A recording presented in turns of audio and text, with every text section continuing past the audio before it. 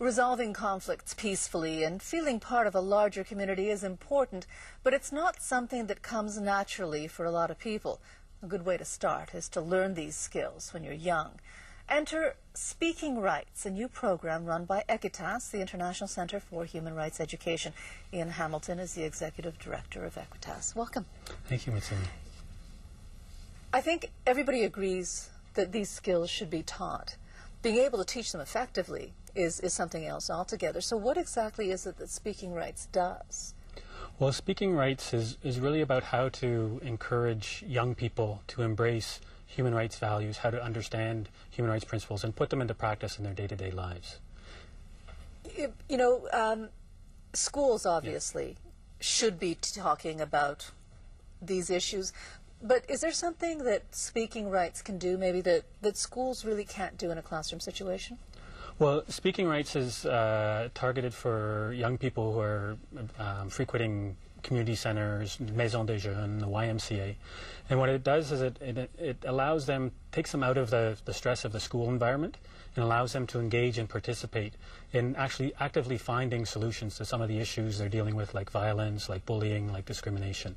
Because you have a similar program called Play It Fair for younger children under the age of 12. So did you feel that there was a particular need to keep working with these kids in the teenagers as well? Certainly. I think there's a natural empathy that young people have, and we want to reinforce that and build on that and give not just children but to teenagers the skills they need to become responsible citizens. And I think it's about human rights, but it's also about responsibility towards the rights of others. You did a needs assessment for a lot of these teenagers. What did you find? Well, what we found when we were going in and meeting with young people was that they were dealing with important issues connected to human rights. There were challenges around harassment from the police, issues around sexual relations, intimacy, and ultimately, I think, issues around self-esteem. And what we find is that as young people learn about their human rights, learn about the dignity, learn about equality, that it really is a way of reinforcing their self-esteem, and particularly when they're able to put this into practice and become human rights promoters in their own communities. What's happened, though, do you think, in society that these things that you just mentioned are so critical and so important to a young person's development that somehow we're just not finding the time to teach these things anymore? I mean, I understand the restrictions and all the sort of the constraints that the schools undergo, but it really does seem to be neglected, doesn't it? Well, I think the challenges that young people are facing are more complex than certainly when I was young. I think around the diversity that they're facing, the types of stimuli that they're getting from all kinds of different media. So they're getting all kinds of different messages. Schools are playing a role in promoting the same values as Speaking Rights, but we need to reach them in different settings and reinforce those messages.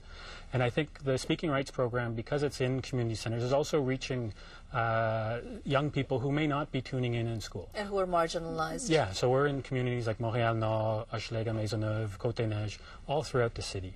We've tested this program in 6 boroughs, and now we're making it available to everyone across the city. You think we underestimate young people and what they are capable of understanding? I think we do, definitely. I think what we need to do is give young people a chance to participate, and that's what this program is all about. Okay, great. So if people want more information, they can go to your website, the Equitas website. Right.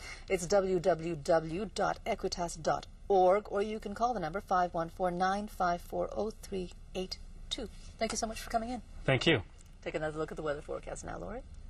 And of course, the Caribbean is bracing for Tomasa, which is